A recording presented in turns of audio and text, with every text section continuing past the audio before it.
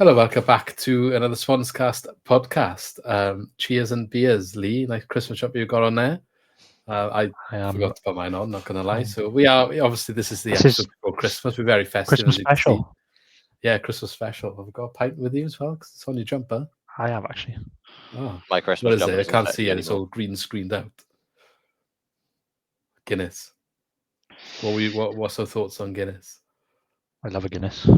My thoughts are it's a good drink, but they've had some marketing genius because the drink's been exactly the same for decades, but over the last 3 years, absolutely everyone in the UK started drinking it like you wouldn't believe. It's true. Every pub you go to has got it. I don't think I've been to a single pub that doesn't have it in the last 2 years. It's kind of got no competition in its field, is it? Yeah, that's true. I think Brewdog, was it Brewdog that tried something? Yeah, they've got a black heart, haven't they? But well, the closest things are old Worthingtons. Like, you go to a Spoons and it's like £1.90 a pint. It's basically just the B-Tech Guinness, but Guinness isn't exactly overpriced anyway. So I love a Guinness. Always this time of year. I've always. What's the best way to drink Guinness at home, though, Lee? Like you drinking out of a can, it gives you a different experience, doesn't it? This is it's a bit of a cop out for me because I have got one of the Nitro Surges. I don't know if you've seen them. Oh, you got one of them? Which one is that? The one you put on the can? There's like different ones in there. There's different things. Yeah, so you've got to buy the Nitro Surge cans, and then you put the vice on top of the can, and then it kind of pumps gas through.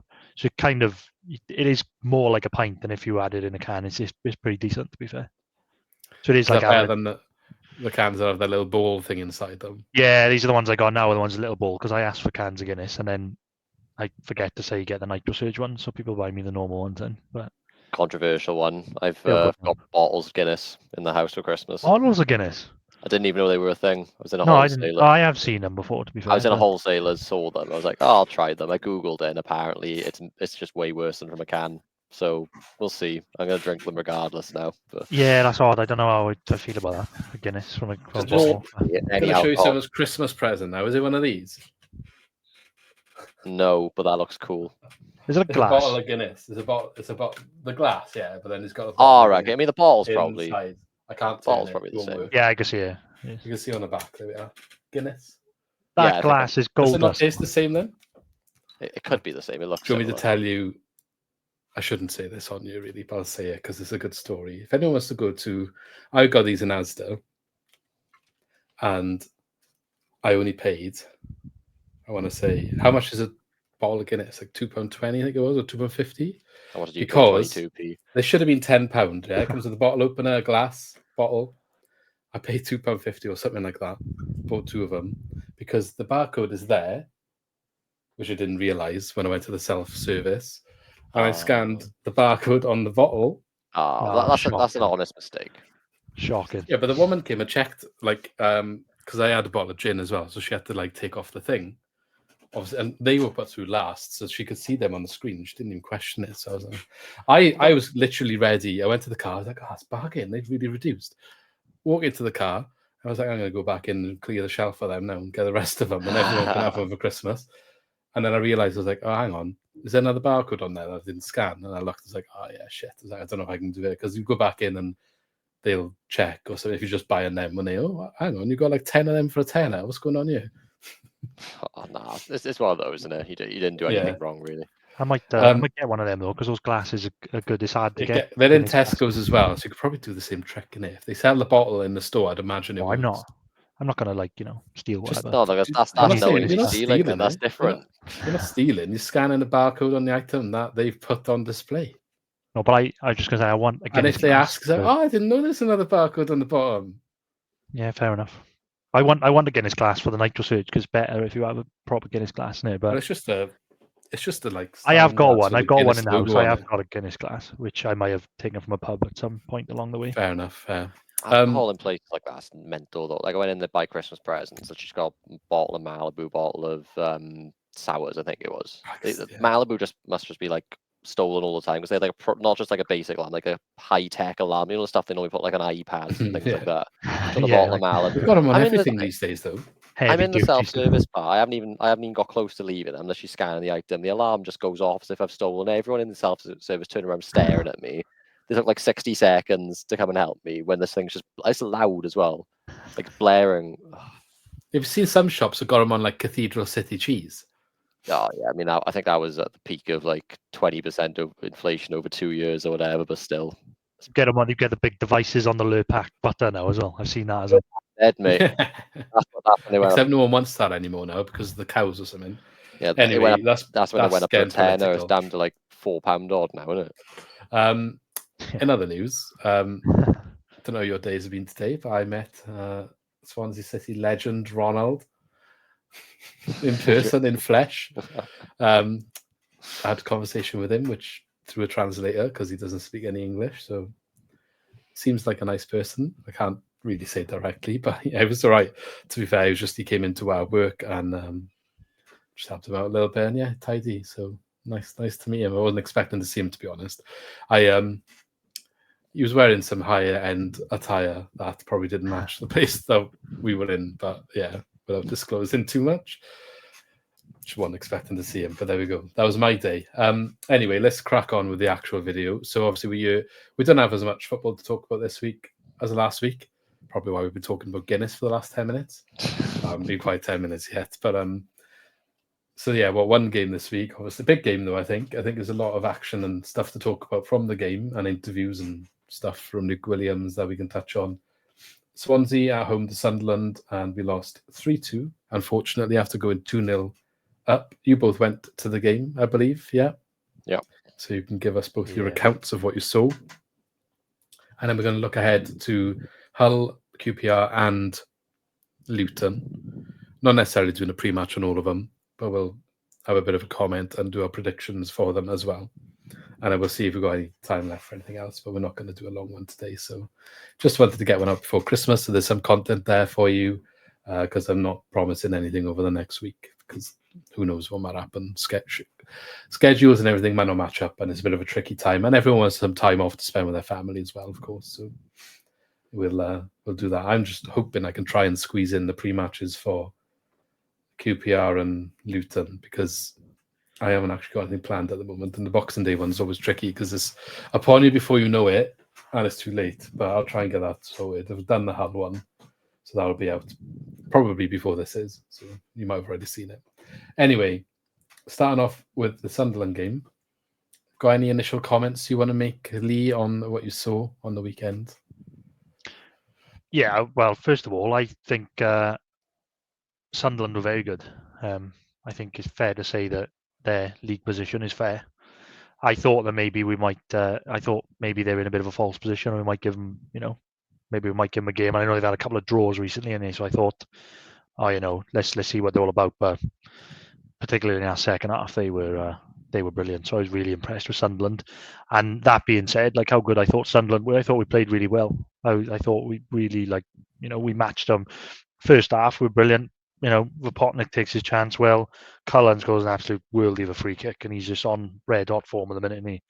And it's just a shame, really, that we couldn't hold on for at least a point. But it was coming a mile off. They absolutely hammered us in that second half. They were such a good side. So I think unlucky not to get a point against a really good side. I think so. Yeah, it's positive, but just gutted we didn't hold on.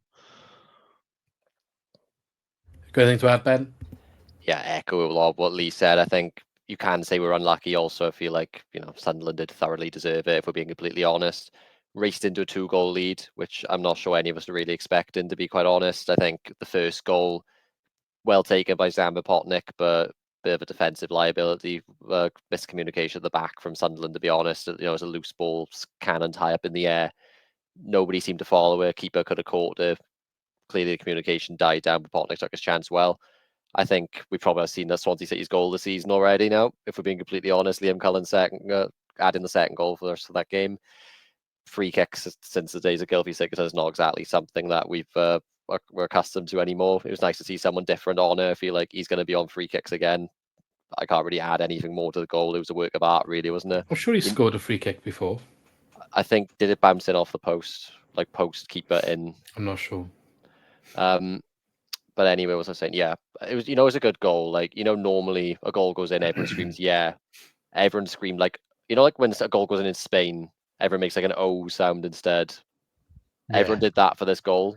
If you listen back to the goal, just listen to the audio. No one could really believe what they just seen. Just perfect and it bar in roof of the net. perfect. But yeah, go on. No, I should say, like you said, because we're not blessed with free kicks recently. I can't remember the last time we had a good like sort of free kick taker where we were Andre dangerous. Ayew maybe adds one or two. I think it was Coventry last Christmas where Cullen scored the free kick away. Oh, okay. Where he kind of went through the wall. I think he's on the edge of the box and he just smashes it and it goes like through the wall. And then I think that might be the last free kick we scored. But that was Manning score one. Don't think so. Maybe I'm having a short memory. Maybe I don't know. Maybe I don't think so. I mean, for some reason, I feel like a left back had one at some point, but anyway, like Lee sort of said, second half we got overrun. They had gears to go through. We made substitutions again, and I think the pattern I'm picking up on is even though we've had Jay Fulton as a scapegoat, like Franco's come off, Fulton's come on, it's led to us conceding. I feel like whoever we bring on, whoever we bring off, we do just concede soon after substitutions consistently. I was going to ask you about this though, because do you think I do agree with you with the pattern, but in this instance, the two subs were the wingers. Or no, one winger and a striker. So like the most minimal impact on defense. No, it's strange though, because it is. I know what you're saying. It is like the I know their wingers came on. And normally it's when they change the midfield. Normally it's like Joe Allen was coming on for Franco and we concede, or like Franco came on for Fulham against for Fulton, against Plymouth and we conceded. But it just seems like any sort of change in the team and we concede almost straight away, like within minutes. It seems to happen. I don't know. Maybe it's a coincidence, but yeah, like Ben said, it just seems to be happening quite a lot. Do you think is it because we're making subs, or is it because we're getting tired at that stage of the match? It just happens that we make subs at the time when players are tired, and that's the coincidence. Do you think it's a bit of that? It could be both, but equally, I think we're quite a fit team. We press quite well, so I don't think we're just going to be caught out more than any other team in the league past the 75th minute for fitness. What I'd also just point out is what we picked up on in the stadium was Vipotnik and Piataris were the players to come off. Straight away we went, there we are, there's our two most physical players taken off the pitch. Yeah. Bianchini and Ji-sung coming on in their place, good players, I'm not saying, but was this the right environment for them? The way that this game was sort of started to look. You can argue it's a positive change. But me personally, I was looking at our full-backs and I was like, I don't think you can take them both off because we don't have the options on the bench that I'm happy with. But I would have been perfectly fine with just Timon coming off for Norton or just Key coming off for Norton. Because, I think for 15 minutes, that would have been a sensible move. But yeah, I mean, I don't want to pin 2 goals on 2 wingers coming on, like you say. But for me now, this happened too many times. It's just more of maybe it's just a thing of there's a break in play and we just don't get going again. Yeah. There's something to it, honestly. Yeah, I think there is as well. It's the mentality. It's happened a lot this season. It's happened a lot this season when we make changes. But like normally, I think because it was picked up quite a lot at the beginning of the season, that it was when Franco went off, wasn't it? That was a bit of a thing at the beginning of the season. Franco goes off and we concede. But now we've seen it with different players as well. We're seeing like that it's just when we make changes. Yeah, but then arguably goes back further, doesn't it? Maybe it's part of it. I do think maybe fitness is part of it. Like I'm not saying we're unfit, but it is a high demand style of play, and I think fitness was an issue all the way through Russell Martin's period. I don't necessarily think it was fixed last year. Really, we just perhaps didn't see it as much because of what was the different play style we were seeing. Maybe we didn't see that as much. So I'm just wondering if it's still part of that. Like I don't know what they do fitness wise. I don't know. I don't actually know who's in charge of that sort of stuff anymore.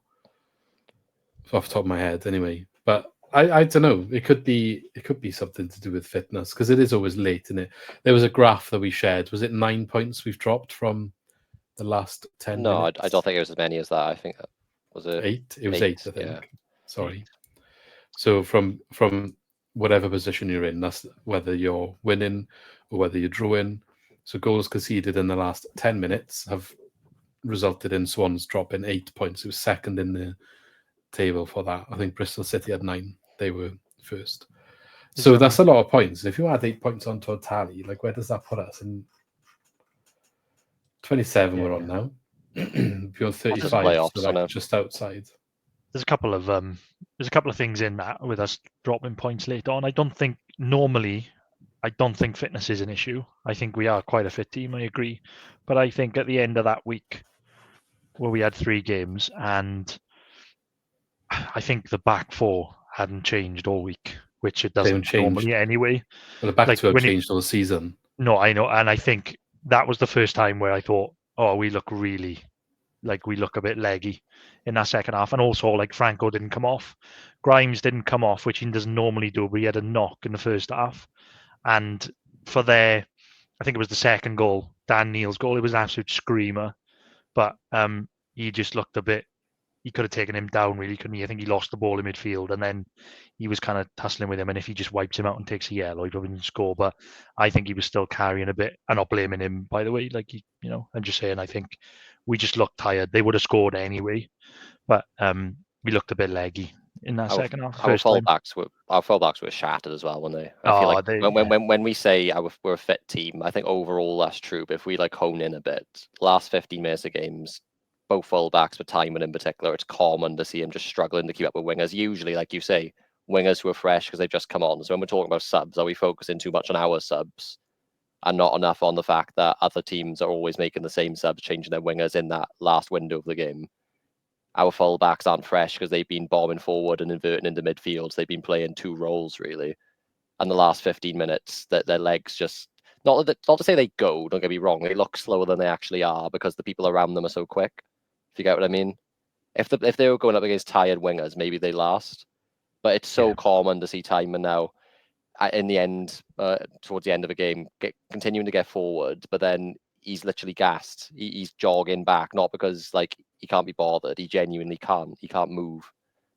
So for me, January coming up now, as stupid as it sounds, even though I really rate Josh Timon, I think a left back's high on the agenda just to give him a rotation option. Yeah. Because for good or for bad, I know we've had this debate multiple times. Choahon isn't going to see minutes regardless, whether we think that's a good thing, bad thing. He isn't going to. He's never coming off the bench. People are going to think we're just putting his name into the podcast for the algorithm to support us in Indonesia at this point. Don't be silly, Luke. We'd never do that. No, it's true though, isn't it? If he was going to come on in a game, he's on the bench again now, isn't he? This would have been the game, right? As in, not because of Sunderland, but you're never going to see Timon more tired than he was here. I think the only time I've seen him like that was Cardiff. Everyone knows I'm on about as well. That last 20 minutes against Cardiff where Timon was just being overrun, wasn't he? Who was it? Colwill and Tanner.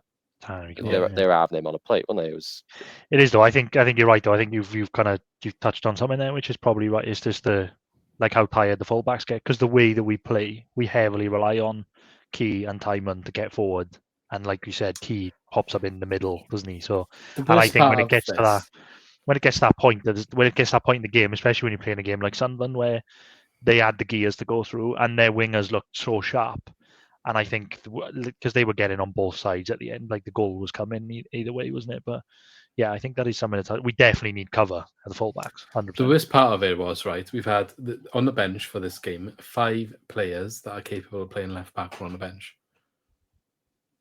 and not one of them he trusts enough, maybe, or didn't feel was a better option at the time to come on. So obviously got Christie, Norton, Choahon, Abbey, and Abdullahi. Have either all featured at left back for the Swans or another club? Yeah, it's a strange one. I think maybe it's just because without Timon, he's got to completely compromise on the way he plays, isn't it? I wouldn't necessarily say he is a left back, but if I don't know, if you're thinking maybe Norton and Christie, they played midweek, they're getting on a bit. Maybe they're off the pace because of their age, so you don't trust them. Maybe you don't trust Choahon for the reasons already mentioned. He clearly doesn't trust Abbey. I put Abdullahi there just for a bit of fresh legs. He's a bit quick. I'm not saying he is a left back, but I'd rather an Abdullahi trying to run back with a winger than a Timon who can't even try. You can't break this man's spirit anymore than they already are. He's been played in every square. Yeah, but he started. He got into the first team at left back under Michael Duff last season. That's what he got in. He was a right wing back, wasn't he? Not left back. He was playing both sides, left and right wing back. Yeah, wing back and full back's a big thing. Yeah, but this is where you say to him, look, okay, you're not wing back now, but you are an inverted full back, so you also go into midfield, which is where you play. And you're asking somebody who can't play full back to learn a more complicated system where you have to play 2 positions. I think he could do a job there based on what he was doing. I'm not saying he'd be a good job, but he'd be better than someone who can't run. I think we're just not appreciating how intelligent you have to be and experienced to make that position work. I think doing a job is fit it, just slotting in a back four for 20 minutes at the end of the game to see how to win. I don't think doing a job is sticking somebody who, for me, is probably a cam who's never got to play cam or centre mid, chucked out on the wing for much of the season in an uncomfortable position, being asked to play right back or left back, and then know when to slot into centre mid and then track back as well. All he's doing, Ben, is taking me back to Cho On. I think the question is though, is like he realistically could have brought on like Christie and Norton and Abdullah, and he could, when it got to 2-2, he could have just chucked them all on and maybe seen out a point. But I think he would get stick for doing that, for like parking the bus. Yeah, but he gets sticky either way, doesn't he, at the moment? He could take them off, couldn't he, and absolutely just put 10 men behind the ball. But it's just not the way he wants to play. So he's got to keep Key and Timon on, just to try and maybe nick a winner or just stay in the game. That's the best way he thinks to defend, is to still get on the ball. But we looked, the fullbacks looked knackered, and even like as well, going back to the centre halves, like Darling brought the ball out like 2 or 3 times and got caught in possession in midfield and was out of position because I don't think even he had the legs to, like, normally goes on these like funny runs and where he takes a few people on, but he was just getting caught out as well. He looked tired. One thing I am concerned about, I mentioned what Timon's like against like fresh legs and that. Keep in mind how energetic Sunderland were in that second half, how many gears they went up. Without looking, how many subs did they make? I've already got in front of me. It was going to be my next point. I was going to say, like, you made the point about that, but ultimately in this game, how many did they make? They made 1, and it was left back. It was just before the goal as well. It was just before our subs, and then they scored 2 goals within 5 minutes. But to my knowledge, I'm not sure Luke O'Nine really did much in the... Did he go left back? Cirque in the left back came off, so I presume... Luke O'Nine did come on, Yeah, I didn't know he was... Yeah, he's a fullback. Remember he got sent off, didn't he, up there last year? Oh, yeah. I think my greater point still stands overall, the fact that, it's a normal thing for wingers to get swapped out in the last like half hour or so. So there's going to be an issue. We saw it against Cardiff, particularly in the early part of the season, it was an issue. But in this game, I feel like it's just an example of how Sunderland are just on another level in terms of they looked like the second half. They looked like a new 11 on the pitch, didn't they? They had so much energy. They were moving the ball so sharp, so much quicker.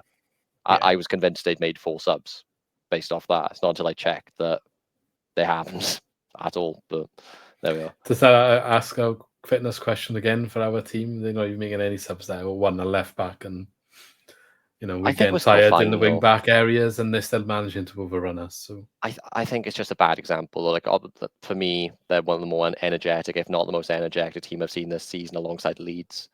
I think most of the time recently, I'd say the last 10 games or so, I feel we're the more energetic team. I don't know what the stats say, but we look like we're closing down quicker. So I'm not sure it's so much of an issue now, but the longer we go into the season, it's a small squad. It's a difficult squad to rotate. We've talked about that. We saw with Grimes, I feel like he went down, didn't he? As the stat comes up in the week just gone, that he's played more minutes since 2017 than anyone else in English football by some distance as well. I didn't see that, actually. Yeah, that's all positions.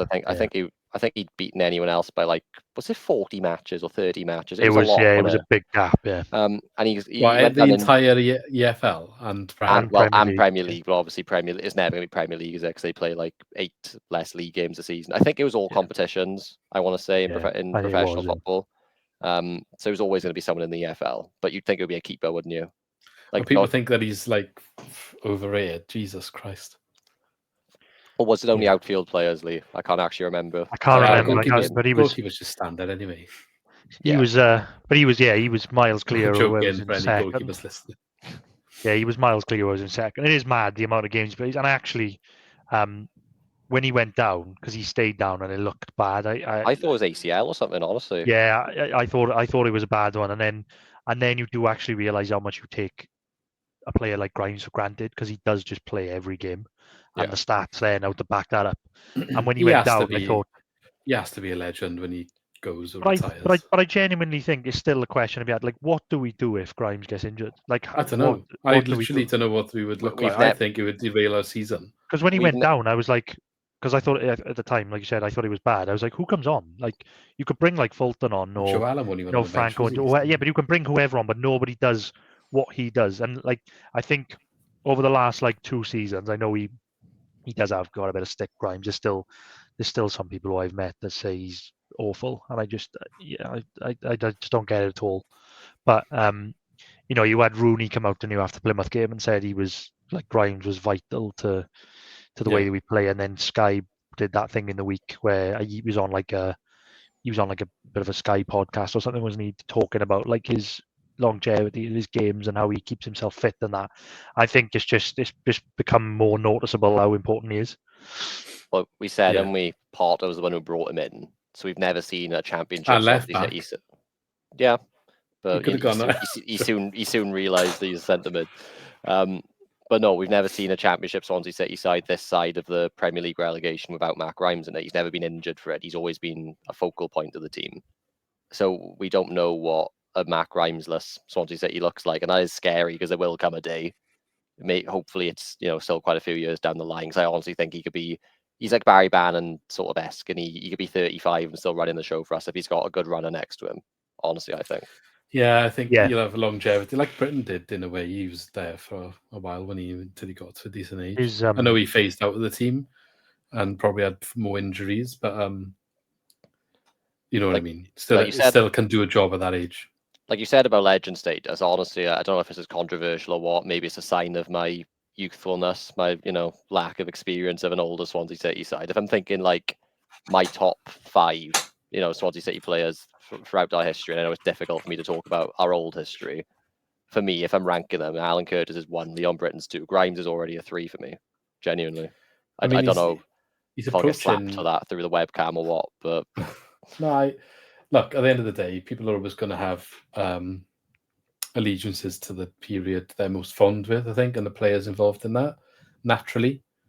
Equivalent to what recency bias is, isn't it? Essentially, the older fans who might have grown up through older days will always remember those times and the players involved with that and think that they're the best. I'm not saying that no one's wrong. It's opinion at the end of the day. But Grimes has made 323 appearances for Swans. In 2 seasons, he could be reaching 400. Yeah, it climbs quick in the championship, that stat. It really does. Like 46 games he's a year averaging, so you got last season he did 50, and the season before he did 46, season before he did 48, season before 51, season before 59, season before 50. So every season in the championship that we've had, 46 is the minimum. If he does that for the next 2 seasons, then he will get off. Well, from now, do you know what I mean? 2 years from now, so 2 years next. 2 years Christmas. Yeah, for he'll me, be over 400. Where's that rank in the Swans players of all time? That's got to be up there. I think Britain's got to be higher, but for me, Grimes will hit 500. I know the older you get, he will get an injury at some point. I feel like that's inevitable. For me, if he's here until he's 36, I think he gets 500 games. I'd be shocked if he didn't, honestly. So I think at this point 520 for Britain. I aim for it, Grimes. Honestly, I think you can do it. But no, I think if you look at most players, they will like fizzle out. I need to listen to that Sky Sports thing because he does something different. I don't know what it is. It's not like he doesn't run. I'm wondering how has he not pulled a calf, a hamstring, anything like an Achilles, anything like that. Not like a recurring injury, but something. He's always fit. Trying to find the stat now. I've got it was there we go. Oh yeah, go on. I've got the top 10. I have. What was you going to say?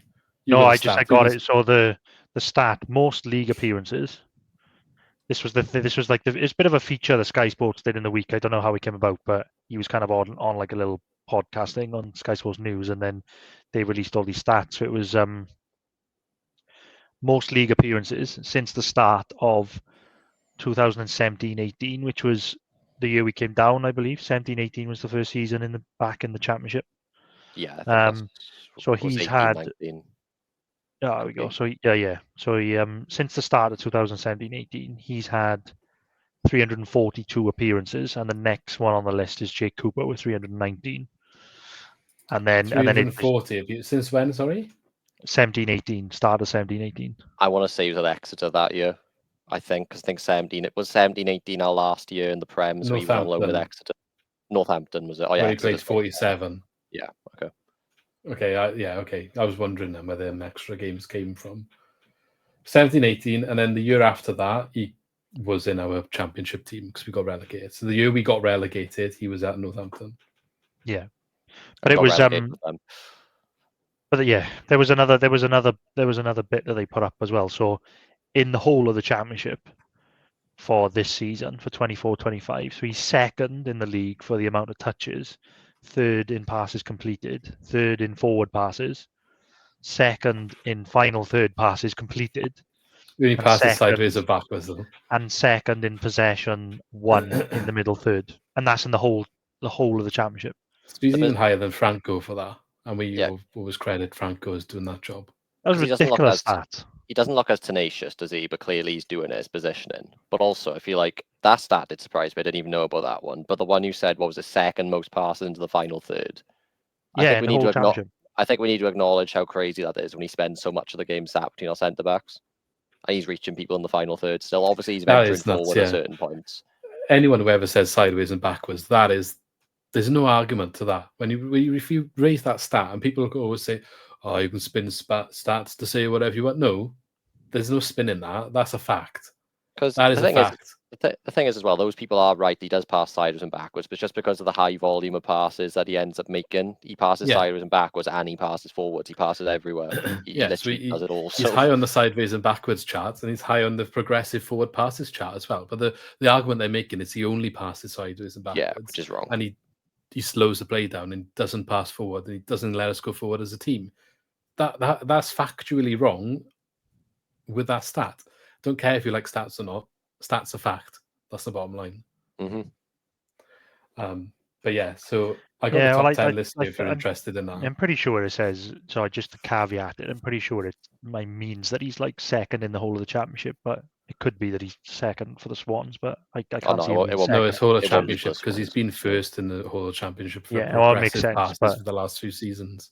maybe somebody will tell me I'm wrong, but yeah. But I he's think that's what it maintaining is. that again, do you know what I mean? So that's a high level of output as much as people still they find flaws, like the Burnley game. He's the one that conceded the pen, so everyone jumped on him. And okay, he was a one-off thing that happened with that penalty, but like those stats show his importance to the team week in, week out. Think how bad we were for parts of this season as well. And he's still up there with When those we stats. weren't scoring goals, yeah. Yeah. I watched that thing on Sky Sports, so it's quite good. It's got all quotes on here from like what he said, and it was about like how he's managed to play so many games in a row, and he just said like he's obsessed with like recovery and eating right, and He seems and like he's a talked model about all the professional. managers. Yeah. You can see he's just like, And that's I don't why know, he's he's just captain, calm, isn't it? isn't he? But that was a criticism that was leveled against him, wasn't it? That he was like, you're saying, oh, he's not like passionate and he's not, Yeah. he doesn't He's care, but he's just like, They wanted He's a Darwin as calm head, captain, didn't he? yeah, he's He's because No, he's I agree. calm. I think his captaincy is a masterstroke by Cooper, to be fair, when he made him captain. And no one's looked back ever since, have they? No one's wanted to change it. I don't even know half the time who the second in command is. Not, and it doesn't matter, does it? Because there never needs to be a second in command. No, He plays 90 exactly. minutes. But That's the point. It's that was normal, another thing. probably. But yeah, That was another thing I was talking about in the stadium when he was down. I was like, who would get the armband? I guess maybe either Darlin or Cabango I think at the time. Cabango's on had it pitch, before, but- hasn't he? so let's give our captaincy to both players who are out of contract in 6 months. Yeah. Yeah, Grimes is just it's nuts. Like his output for Swansea, and he's a player that people will remember fondly. I think when it's too late to give him the appreciation he deserves now. Looking at the top 10, so you got Leo Britton's 5th on the all-time list, by the way, 460. I think this must be league appearances. It has to be league, doesn't it? Yeah, I think so Britain, like you said, a bit further 512 behind than I thought he was, if it's just league. The ones I read out earlier are that's total. I'm lying. 296 league appearances for Grimes, so he's got a little bit to go. He's Alan Curtis is number 10 on the list, sitting on 364. So on average, Grimes is making like 46. I think the lowest championship one he's had is 44, which surprises probably me. season one. No, it was 22-23. I don't remember the games he didn't feature in. Maybe he did have a little injury and we've just forgotten about it. Who knows? Yeah. Well, he missed number 2 one. last season. Who's number 1 on the all-time list, Jan? I'll tell you now. So it says 46 games a year. So I'm just trying to work out how long it will take him to get to Curtis's total. 2 seasons? Well, 1.5. He needs to get 364. So yeah, 1.5. So by the end of next season, Grimes could be knocking on the door of top 10 most appearances for Swans. But if he continues the trajectory that he's been going. Am I the only one who's surprised he's not already top 10? He's been here a decade and he's played. Well, if you're looking at these numbers, that's why. Like 364 is high, isn't it? Alan Curtis, who sits in that, sits there at the moment, played for the Swans on 3 separate stints, didn't he? So 1972 to 79, then you had 80 to 83, and then 89 to 90. So what's he need to do to like get higher up the list then? So 9th is John King, 368. So he's only 4 ahead of Curtis. So that'll probably come quite easily, I think, if he gets to Curtis. Wyndham Evans, 389, is 8th. He had 2 different stints at the Swans. Harry Griffiths, 422. Ivor, they're all very old, barring Leon Britton. They're all like proper old school. So Ivor Church, 445. Again, 2 different stints. And to be fair, Ivor Church's first game for the Swans was in 1947, and his last one was in 1968. So that's a long time. Leon Britton then in 5th with 460. Again, 2 stints, as much as it was really one with half a year. 2 stints. Robbie James, 482. 2 stints as well. Herbie Williams, 513, all in one go. So he was between 58 and 75. Roger Freestone is sitting on 563, again, 2 stints. And Wilfred Milne, I think I've said that name right. 586. He was around in the 1920s, so 1920 to 1937. How can we even be sure that stat is accurate? I'm sorry, 1920s.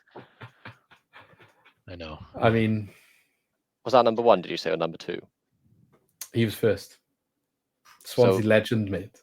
So the 7 goals. The guy we've never heard of is the guy who's our most capped player. He's a fullback. Well, not capped, but you know what I mean. 520. What did you say Grimes was on for the club? League appearances. Yeah. He is on 296, but it says 20 appearances this year is probably right. And that was league. Might be 1 or 2 out, because I think Hull is the 22nd game this year, yeah. And what do you say that list just now was league or competitions? League only. What do you say? 586. Yeah, It can't be league. No, I'm sorry.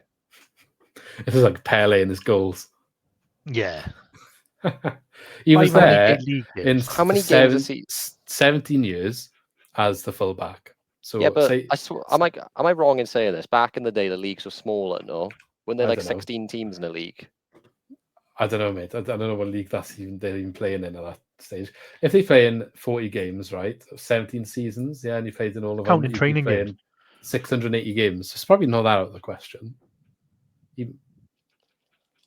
I just refuse to believe back in those days the challenges that went in. None of them. He didn't break his leg or anything. You got a little project over Christmas then, Ben. Go and recount the history of Wilfred Milne. Yeah, let me get a time machine and go back and watch all those games, because I'd be surprised if there's a single bit of footage of him. I can't lie. 1920s. You got a picture of him? Do you want to see it? Yeah, share your screen, go on. Let me get it. This is out of a tangent, fair play, but hey, we're talking about club legend here. We can put respect on the name. Wilfred Milne. I can't find the tab. Oh, there he is. There he is. There he is. It's a black and white photo for all those listening on Spotify. Just type in list of Swansea league matches top appearances, and he's the picture on the chart on Wikipedia. I mean, I reckon Grimes gets to. Well, he's not going to get 586, is he? Somewhere between 5th and 7th. I'd like to see him in the top. Maybe 10. you can push to 4th. It depends, doesn't it? Because that's not that far away from Britain. How old is he now? He is. I got it here. 29. So let's say another 4 solid years before he starts winding down. So that's what's that, 160 games. 184. That's how many games, yeah? 46 times 4, yeah. 184. Potentially. And what did I say he was on already? 200 more. 96. Yeah, so near enough 400. What I said, and then see how long he lasts after that. So that would put him near Britain if he plays the next 4 years. He's been done over, because he's been here a decade. He didn't play for the first few years of it. He was out on loan, or he was in the under-21s. Yeah, it almost didn't. Obviously, it didn't suit him that we were in the Premier League at the time as well. Yeah. But then arguably, he made his career in the end, didn't it? So I guess he wouldn't change it if you asked him. I'm sure he would change that Leeds United loan spell. Oh yeah. Yeah, but how much did he learn from that? Maybe. Don't go back to Leeds. Yeah, never. But going back. I think. Go on, sorry. I was going to say, what did he say about the managers? Oh, the managers was interesting because he kind of just said, he sort of said after Cooper, we've kind of been in transition, and then he listed the managers and said, like, Porto was good, Cooper was good, Martin was good, and then he kind of just missed stuff completely inside talking about Luke Williams. He just didn't even mention stuff. So I just, it couldn't have been good, could it? Ended up. I think that kind of highlights it. Did he say anything about Sheehan? Or no, he said, he said like, what did he say? He said like Porter was unbelievable, gave me the opportunity. Cooper made me captain. Learned so much. Blah blah blah. Russell Martin, he said, brought out a different side of my game. sitting between the centre backs. Yeah, he says like, he said. Started to control the game, how Swansea players 1-2, and then he just went, and now we've got Luke Williams. It's like, there was a manager in between there somewhere. The thing is, if you think of like a dressing room leader, which Grimes, he was always obviously going to be one of them, probably Norton up there as well. There were plenty of rumours going about there was just a player revolt. They just weren't listening to him anymore. Because like, even though it had been bad, Alan one of them as well? Maybe, yeah.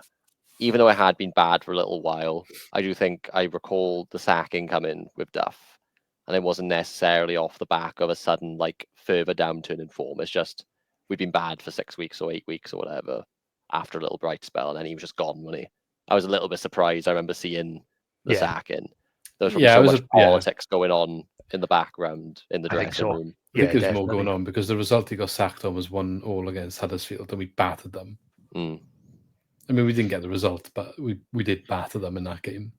It definitely goes on. I think, like, surely, like, the powers that be know that if you've got a squad of players that are really unhappy with the manager, it's a big factor, isn't it?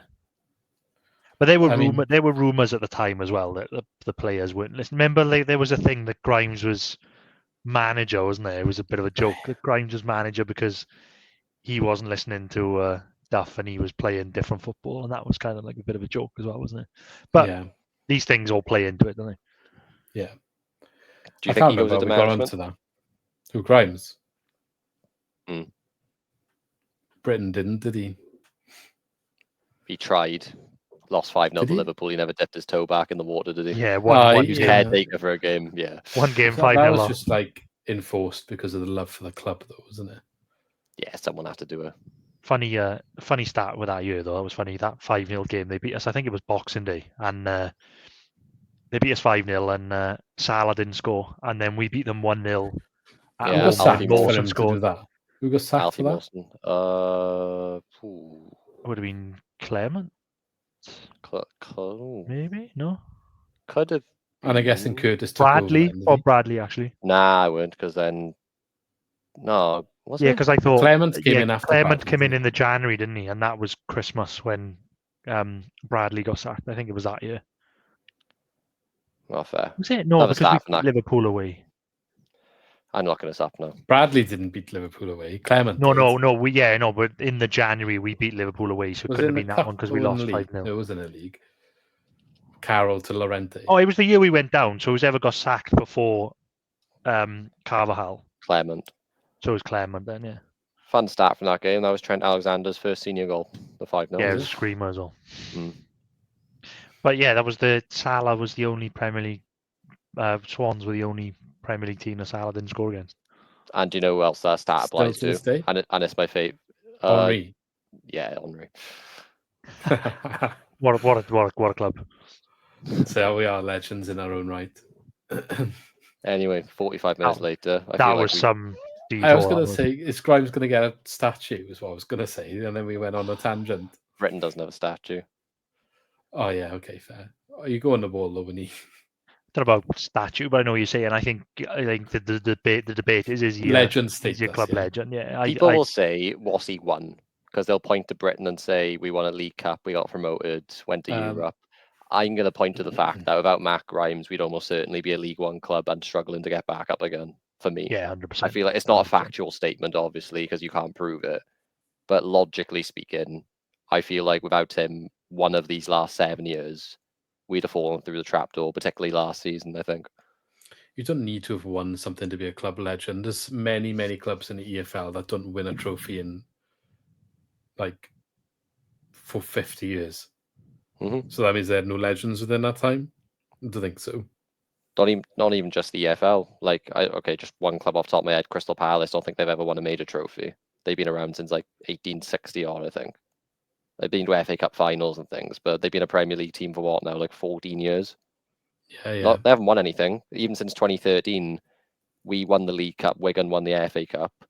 Leicester won the FA Cup in 2022, which I'm not even counting as a big deal because they'd won a league title a few years prior. Apart from that, it's been City, Arsenal, United, Liverpool, Chelsea, every single year. Not even Spurs. I don't think Spurs have won. Famously, they haven't won one since 2008. Yeah. So the thing of needing to have won something, I think it only applies if you're like at a massive club, doesn't it? Yeah. Yeah. I think he is a victim of the success because he said like the time period that he's made all these appearances is kind of after like a golden generation, isn't it, where we were in Europe and but arguably the most important period, like you said, because we could have dropped like a stone after we came out of the Premier League. So the fact that he's been a stalwart in this time, arguably is more important. Can you imagine the midfield pair and a Grimes and Britain in the prime? Did you think that would be sideways and backwards? We never would have lost the ball. We still have it now. Yeah, the strikers still be waiting. Be like, what's going on? I guess the direct comparison is Britain, though, isn't it? I think a lot of you can. But People don't like it, but I think it's spot on. It's different. It's different time periods. I think like a lot of people will obviously, and probably rightly so, say like, Grimes is nowhere near Britain because of the level Britain managed to do it at and throughout all the divisions. So I think it's fair, but I think he does the same job, doesn't he? He's no disrespect to Britain, not of his controversial or what. I think Grimes is just a level above him just because of range of passing. Britain couldn't do what Grimes can do on the ball, for me. Yeah, considering how much stick Grimes gets for sideways and backwards, that was Britain's speciality. Yeah. He just did that, and everyone else did the other stuff. For me, Grimes it goes back to more to his game, and for me, it goes back to the fact as well that Britain did it in a Swansea team that obviously sort of revolutionised the way a promoted team's able to play football in the Prem. I've said it many times before, as much as I loved that team, Monk, Tate, Rangel, Britain, Sinclair for a little bit, Dyer, all brilliant players, not saying. I think if you take that 2010, 2011 Swans side that went up and got it to 11 for whatever and put them in the Premier League now, they get eaten alive.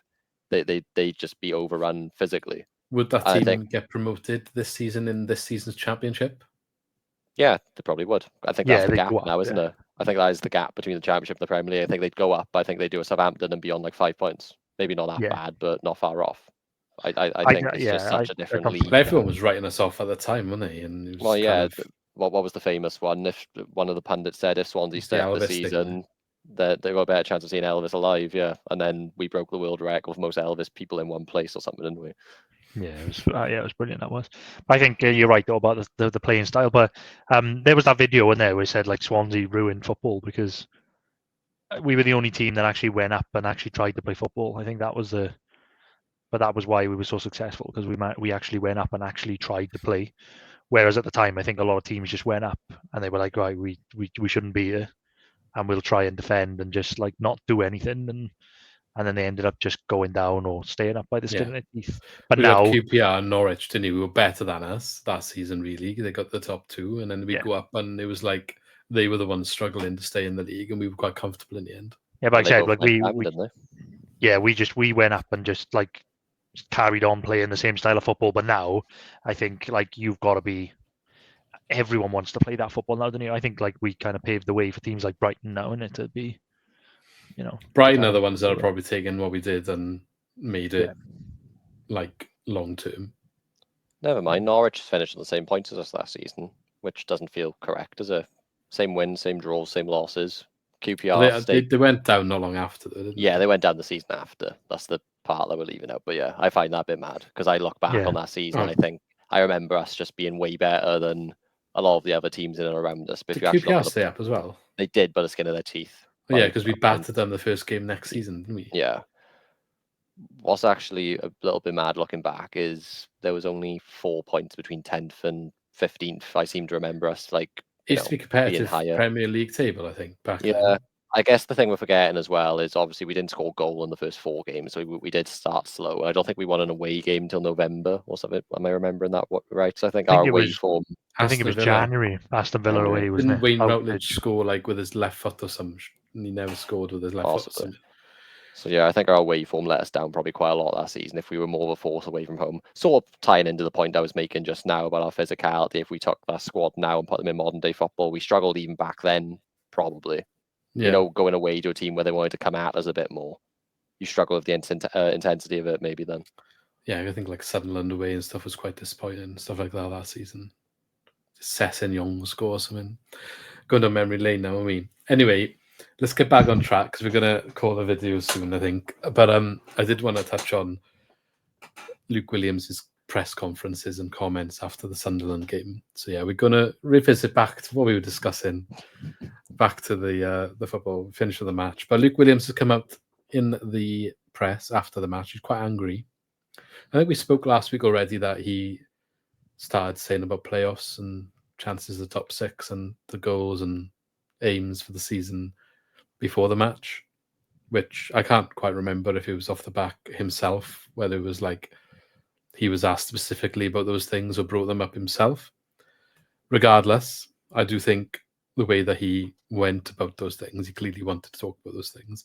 So after the match, he said this: miles off the level, miles off top 6 level.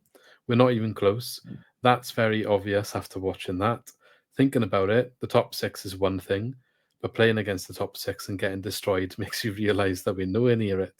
It's the mentality. We go 2 in front and then we can't wait to concede because it's too much pressure. That's one of the things that happens when you compete in the top 6. Ben, what do you make of them comments? It's a weird one, isn't it? I'm not exactly going to disagree with what he said. I'm going to disagree with the fact he said it, purely because the week before, as I don't know if you just mentioned, he was starting to big us up a little bit, talking about our good form, good performances, talking about how if we continue on that run of, form, way of playing, we could even push for the top 6 coming towards the end of the season. One game later, where we were 2-0 up against, what were they, 4th in the league, Sunderland. Aside that, it's not like we handed them the win. They played very well and were deserved winners, acting as if what he said the week before wasn't at all true. I feel like the squad is already, over the last 10 games or so, probably performing near its top capacity for me. I don't think you're going to get much more out of them than what we're seeing. Players like Pert Harris, Bianchini, Vipotnik look like different players to the duds that we thought they were in the first few weeks. Cullen's on the form of his life. Grimes as good as ever. We got a solid centre-back partnership. Probably one of the top, I'd say easily top 5, maybe higher keepers of the season. Fullbacks, we talked about their issues with fitness and whatnot, but they're still, for me, having good years.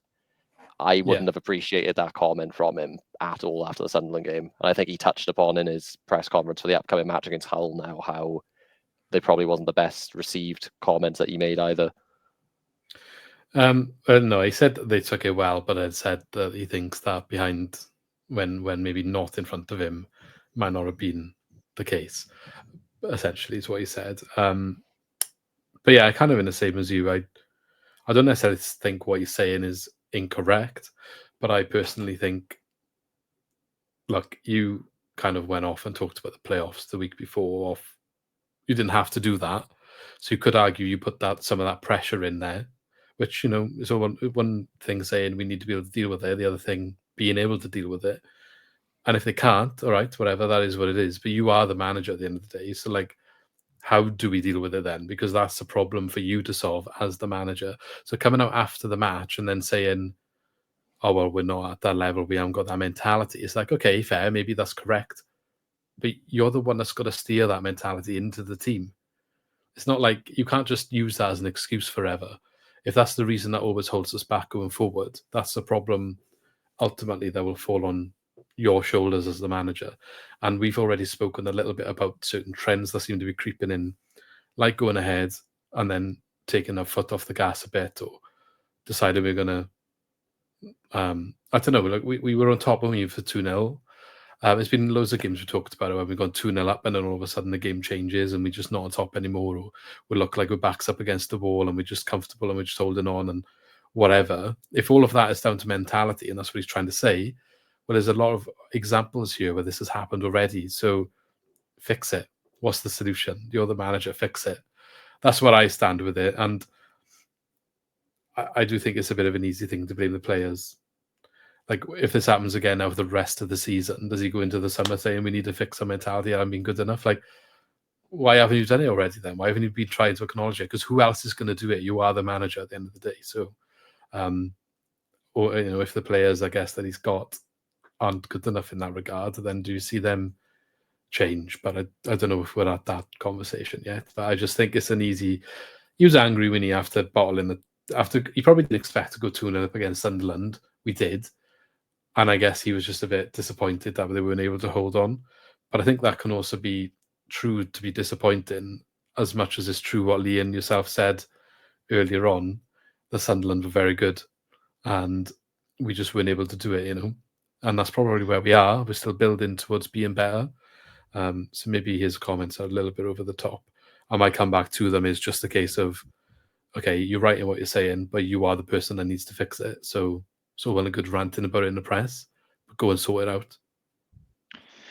Yeah, no, I agree. I think you're right, but I think maybe that's probably what he's saying to them behind closed doors, like what he said in the press. I think you're right. He probably shouldn't have vocalized it in the press.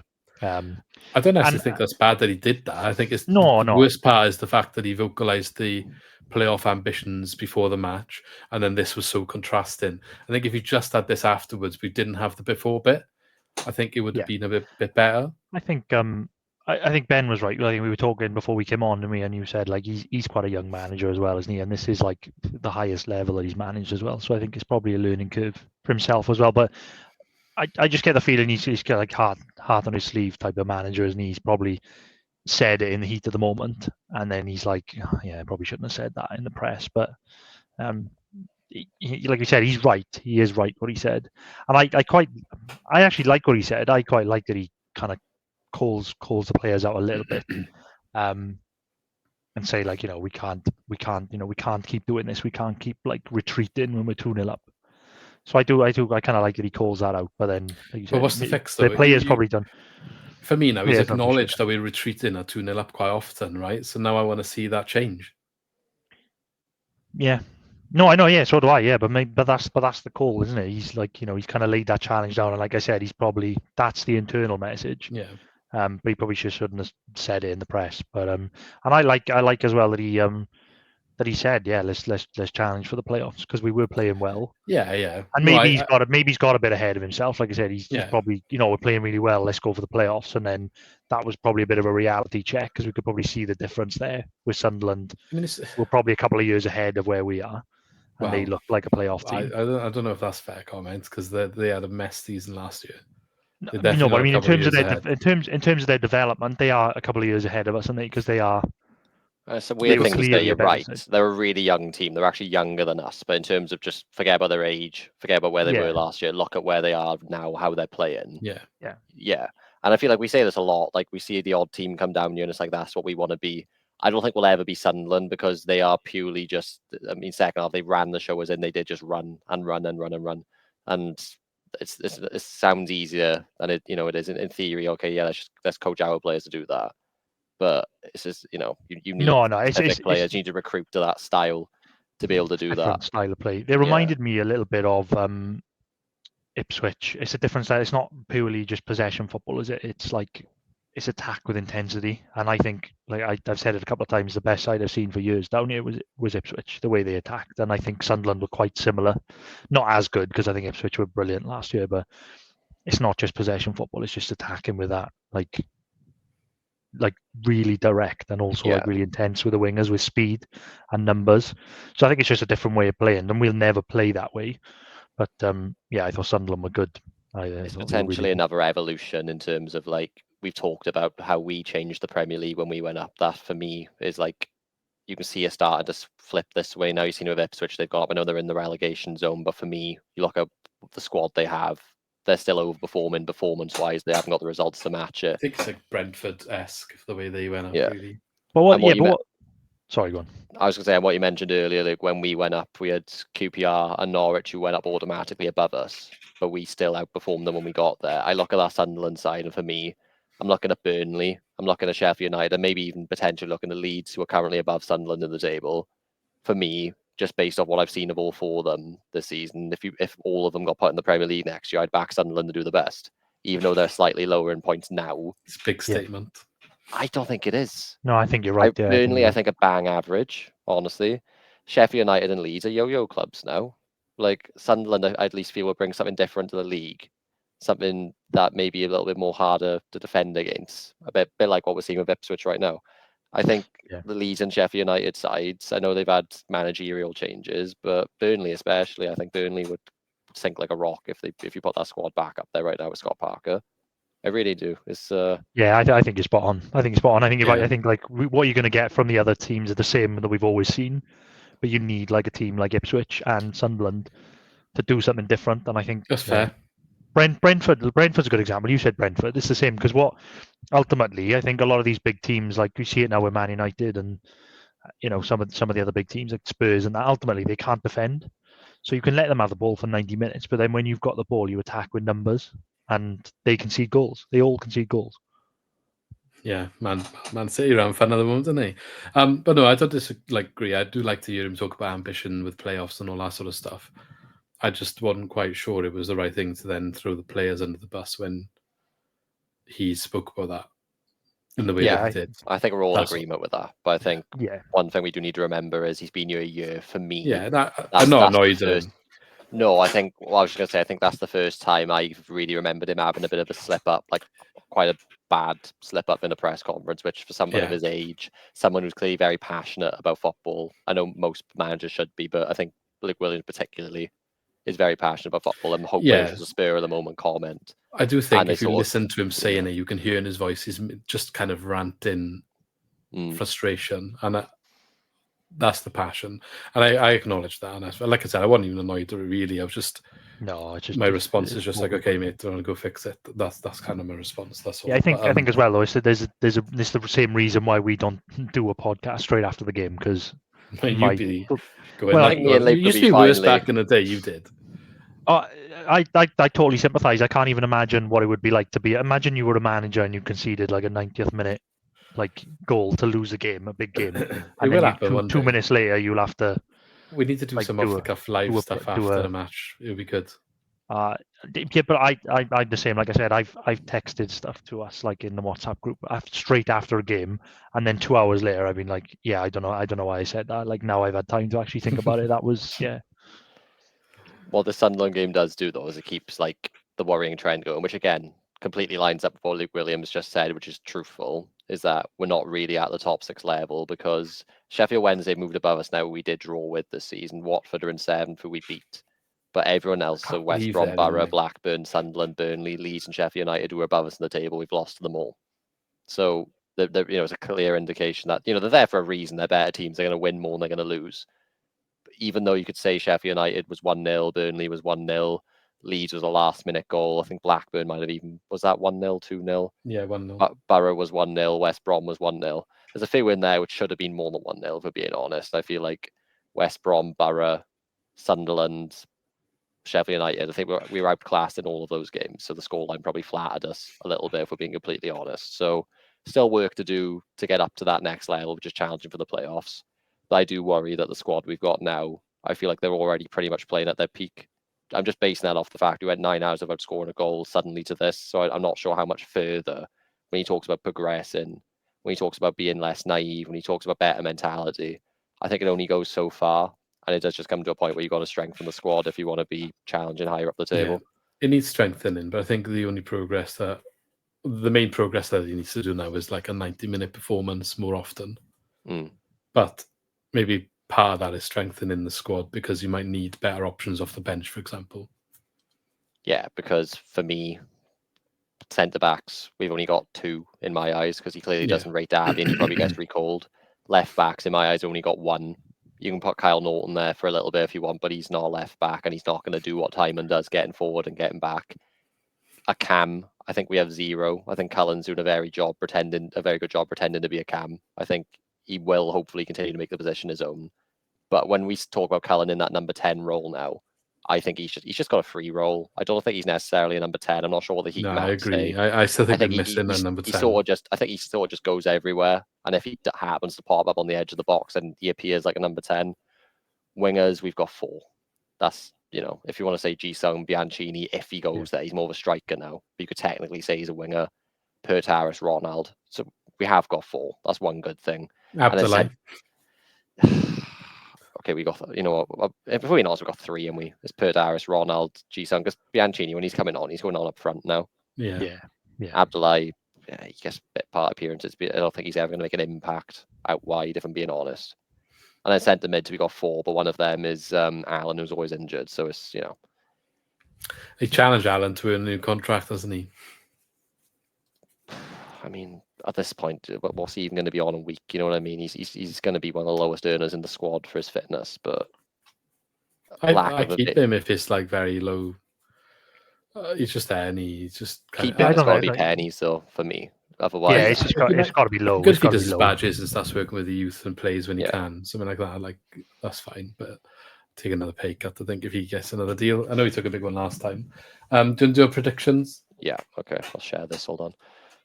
So what do you say? We're going to do predictions for the next 3 games, really, are we? Because I doubt we can't guarantee podcast next week, so we're going to do the next week. So keep forgetting. So our league table is not accurate as it could be. I should be winning.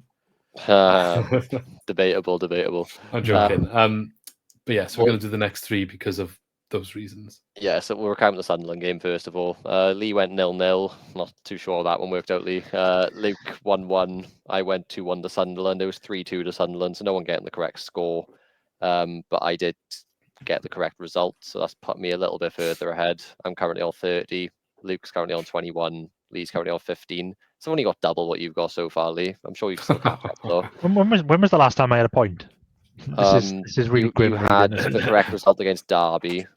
Apart from that, you haven't had one since Blackburn away. So we spiced it up this week. We got new rules. Yeah, we have got new rules. That's right. So to give Lee a chance, we're saying whoever's got the least amount of points will guess the prediction first. Whoever's got second points will go second. Whoever's got the most will go last. And more important rule for me, from this point on, we cannot have the same score prediction. We have the same result prediction.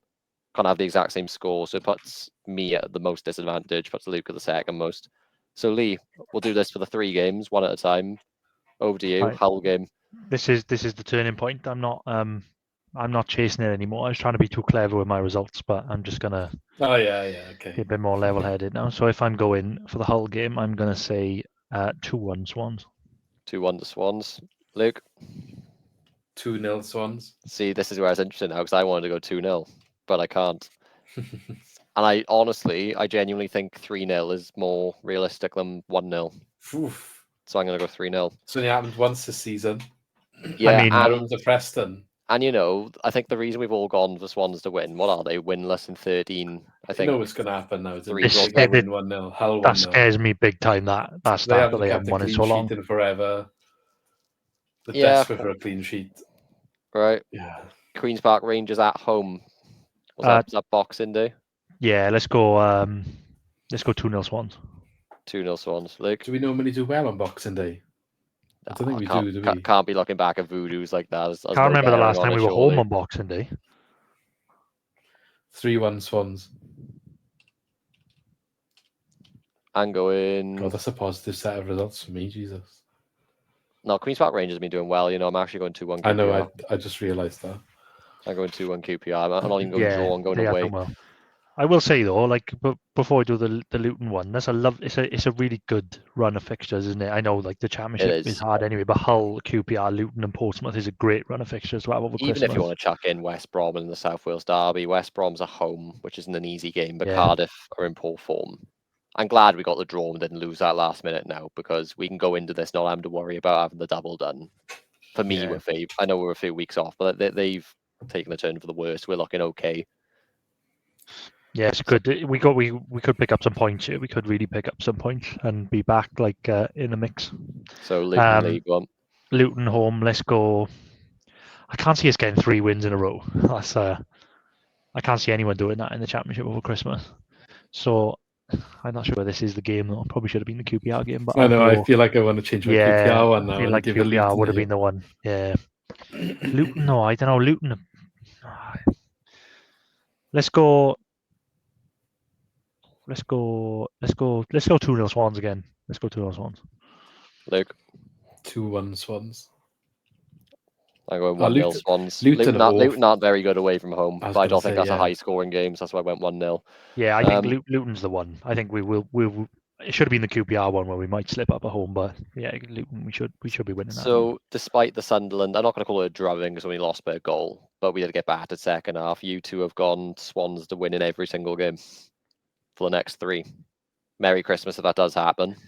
Well, I mean, put it this way, right? If I get 2 out of 3 results right, that's fine. I just don't know which one's going to be a loss at all. That's got to break my my rut, doesn't it? Because we've got to win one of the 3, surely. So I've got to get at least some Come points back next somewhere. podcast after 3 defeats, the lead just crying down the camera. It's surely. Not even defeats if there's a draw in there anyway. He's been going. What did I say? He's done 4 out of the last 6 games. He's done draws. He's got 0 draws for the next 3. Imagine we draw 3 in a row. Yeah. The last. I was thinking the QPR game stinks of a draw. But there we go. If you just keep doing draws, you will get some eventually. Nah, I think we've got to win one of those 3 games at least over Christmas. So I think when we come back, I'll have points on the board. I'd like to point out that if you take away the 2 games that we've most recently forgot to predict, I've had the correct result for the last 5 games in a row. On that correct score, though, no, correct score was in one of them, but I'm counting that as a correct result as well. Obviously, anyone can say win. Well, Lee I would have had with all my draw predictions, and then the Luton game was the one that we didn't pick, which was a draw. So. Would you have said draw though? That game did reek of a 1-1, man. I think I would. I genuinely, hand on heart, I think I would have gone 1-1 for that game. There we go. Did go the correct scoreline for a couple, but didn't make it on the sheet, mate. So we still need to get a trophy as well for when I come back and scream and win it. I was calling for a forfeit when Lee was out in first place, and no one was listening to me. Now no one. A few more ground, and then I'll decide on a forfeit. I can't be making forfeits up at a risk to myself. The way Lee's going, I think I could just set this one out for the rest of the season and still come in second. I can't lie. This is going to be the comeback of all comebacks when I win. I remember winding Luke up early days, and it's so easy to catch up. If you get the correct scoreline twice in a few weeks, all of a sudden you're back in first. Yeah, but he's got to do that. Bookmark this. You can click if you want, mate. You can save it on your phone, ready to bring up at the end of the season, but it'd be going into the recycle bin. Bookmark this episode, and then I'll be lifting that trophy last game of the season. Like in your last man standing picks, is it? No, yeah. Let's not talk about that. On that note, I think we'll call it there. So thanks, lads, for joining as always. Have a good Christmas, and everyone listening and watching also. Merry Christmas and Happy New Year as well. I might see you in some of the previews, but these 2 probably won't. So do you want to say anything as well? Merry Christmas all. Let's hope for 3 wins out of 3. Yes, have a lovely Christmas, everyone. It's been another good year. And anyone going to Portsmouth New Year's Day, I will see you there. have a photo with him, ask for his autograph. Might be worth something in a few years. Who knows? Give me Anyway, some prediction tips. Yeah, that's what you should do, really. Ask for his autograph with all the scores on there that he should be picking. Anyway, have a good one. Yeah, and we shall see you in the new year. Hopefully, we'll have a little bit more positivity to talk about, and who knows, maybe a new signing or two as well. So we shall catch you after Christmas. In a bit. See you later.